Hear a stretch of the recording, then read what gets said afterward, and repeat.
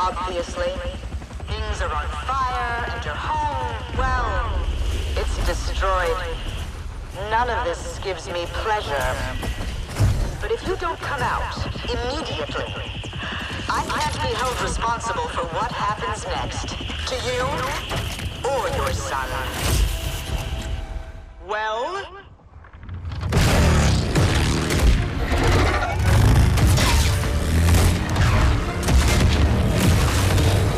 Oh, you old bastard! After them!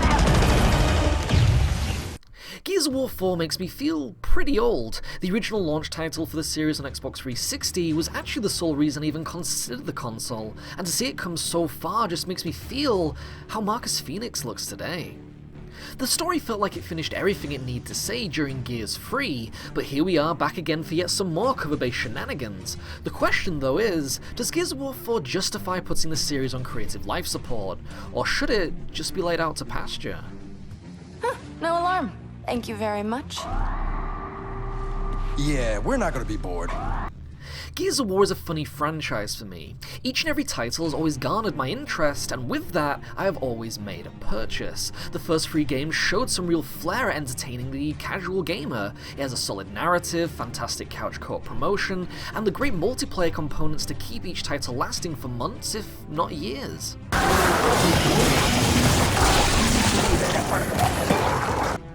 In a way, it all ended for me with Gears of War 3. Marcus and the gang defeated the Locust, life seemed to finally have a chance to find a way, and for a moment, you felt Microsoft might give the now empty product space a chance at introducing a new IP. Sadly, this didn't seem so. Now, through newly formed in-house studio The Coalition, we continue the journey, or in some ways, observe a video game getting whipped into continuation. We've seen this happen before with the recent Halo 5 Guardians. It didn't have to exist, but the chin-rubbing bigwigs at Microsoft felt it necessary to push on. Each time this has happened, we have seen the original developers narratively wipe their hands clean of the story at hand. There is only so much you can force produce something you love, and sadly in many ways, Gears of War 4 follows the same trend. And so 20 years have passed since the conclusion in the defeat of the Locust. Sarah has been given a chance to rebuild, and the COG, the surviving military power, has now seized control of the planet in a type of communist regime. I'm not going to lie in saying that this part of the story seemed way more interesting than the one ultimately given. Knowing you fought for a lesser evil against a much greater one seems rather cool, but it's all handled rather poorly. First of all, we're put in the shoes of JD and his ragtag crew of outsiders. These ex-COG initiates live on the wild side by raiding unmanned COG settlements and providing for the outcast farmers and communities, rejecting COG law. Unfortunately, not enough time is taken to delve deeper into this, and the introduction plays out in a way that feels like it is blaming us for not knowing about JD and the gang sooner. It in a sense presents itself like they have always been there, but the confidence they carry as characters just doesn't inject back into the player, because we have no clue who these people really are, and we haven't been given time to actually really care. Look, that's state-of-the-art COG technology, I don't think... Oh, okay. During the first hour, we are given a drawn-out wasted opportunity to get to know these people. JD, son of Marcus Phoenix, the protagonist of the original games, runs this ragtag unit, and for some reason, feels like a clone-like template of Sony's own Nathan Drake. Heck, even the writing in the game feels eerily reminiscent of Naughty Dog's comedic chops, that it just feels rather off. Gears is known for its gritty, more serious tone, and the shift comes at an odd surprise. His girlfriend Kait Diaz, a fact the game takes no interest in developing apart from a reference, actually becomes the more interesting role player in the cast, mainly because she is the only one in the group with any kind of purpose. JD, for instance, feels like a forced replacement for Marcus Phoenix, yet the Coalition can't seem to even let that character go, which makes even Marcus more interesting than the rest of the cast too, and to be honest, his whole purpose is just to be a walking Easter egg. Hey, Marcus, you coming? There then comes the new alien threat known as the Swarm. This in many ways has to be one of the laziest reintroductions of a previous foe, mainly because the twist is that the Swarm are just the Locust. They act like the Locust, they move like the Locust, and obviously they look like the Locust.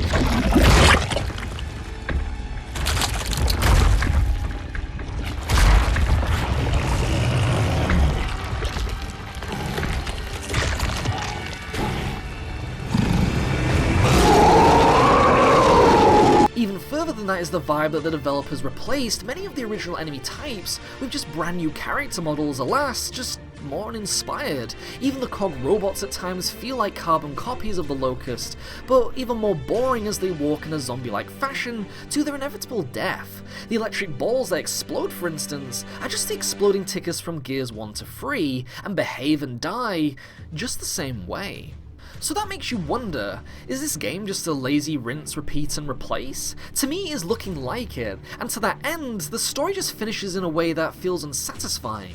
The developers try to play some grand scale moments during its short length, but again it gives off vibes of Uncharted's own moments, and the humour during these scenes makes the whole affair seem less tense and more like a buddy cop movie. Even giant mechs can't save it, and when giant mechs can't save something, you're pretty screwed.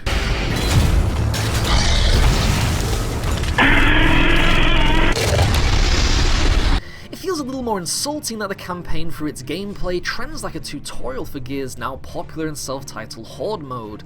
The game's fascination with a construction box called the Fabricator, a box that lets players purchase defensive structures during wave segments, becomes all too casual in its use, and the forced announcement that you are taking on actual waves of enemies doesn't feel progressively immersive, but as if the world actually is a video game, and not an actual living place.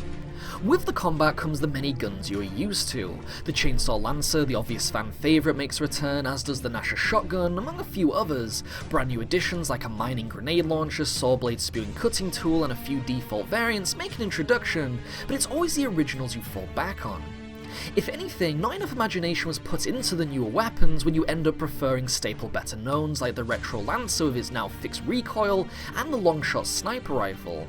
A cool addition to cover combat though has come with the ability to pull enemies over cover and then finish them off in their stunned states with a knife. Nearly enough, the AI will even do this back, and it's a nice touch even if a little late to the party.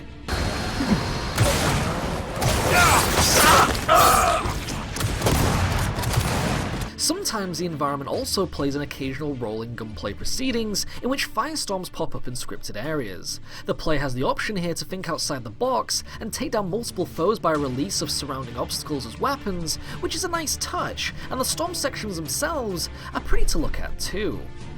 The multiplayer, an even stronger staple to the series, has been given a rework too, even though not for encouragement. The focused imbalance of some of the guns continues from previous titles, like the shotgun dive and dodging, continuing to take away the team-based tension that came from Gears of War 1. Cover-to-cover movement via roadie running has also increased, making the whole player-to-player combat feel less tankish and much faster paced, but to me, that makes everything feel less Gears.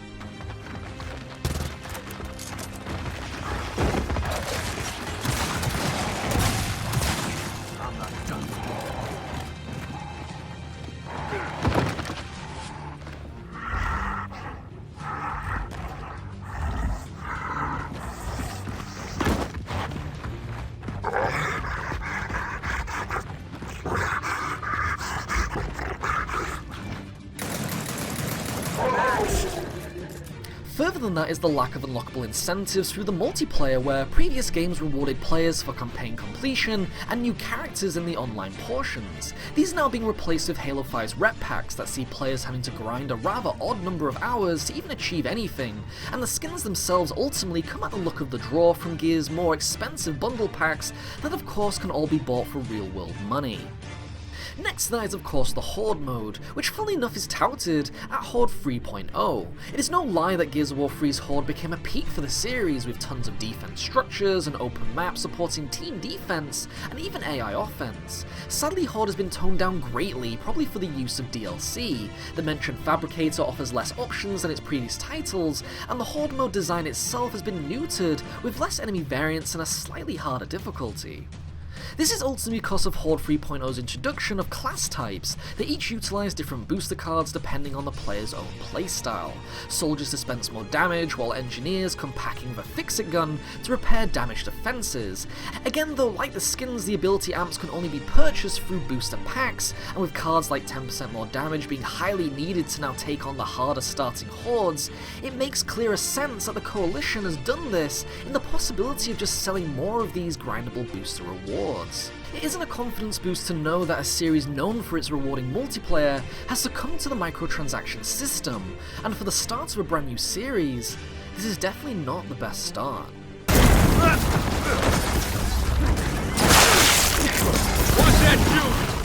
Finally, the visuals are going to have to be mentioned, and to be honest, Gears of War 4 is a pretty good looking game. The engine itself may feel a little dated for what it offers, with textures feeling a little dull in places, especially in the more stone-based environments, but the lighting effects are pretty impressive, and with that, Gears 4 looks way cooler in its more darker toned locations. It is just a shame that the writing and pacing isn't there to support the tension and immersion you'd expect from a game that initially aspired to feel a little like a horror title. The Swarm Hive itself doesn't shout out much in imagination either, as JD and the gang wander through what seems to be acres of glowing sausages and pulsing veins that possibly this universe could be shared with Final Fantasy spirits within.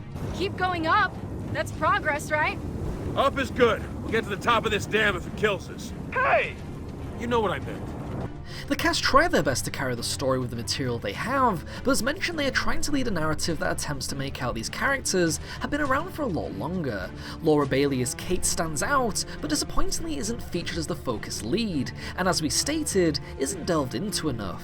Also, the jokes are bad. Really, really bad. What is it? Don't look down. I won't. Seriously, don't look down. Okay, do you actually secretly want me to look down? Its enemy designs and even appearances of the main characters don't pop as much as the militaristic cog soldiers we have seen before too, and of course when you've seen a Brumac, you've seen them all. Gears of War 4 is a title that did not need to exist, and in many ways could have just been done a lot better. Like Halo 5, it feels like part 1 to a much larger title, and ends way too quickly for any real connections to be made with the cast, their plight, and even Serra's newest if really recycled threat. The multiplayer really suffers as well, sadly, for those wanting continuing playtime because of the booster pack system and the poor balance and lack of content via its Horde mode, which makes coming back for more just a tad monotonous.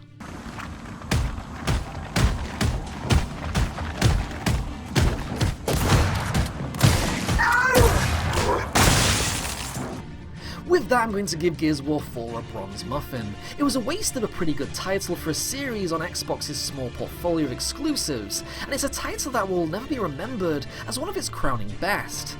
But what do you think? Let me know in the comment section below because we would love to know. But until next time, ciao.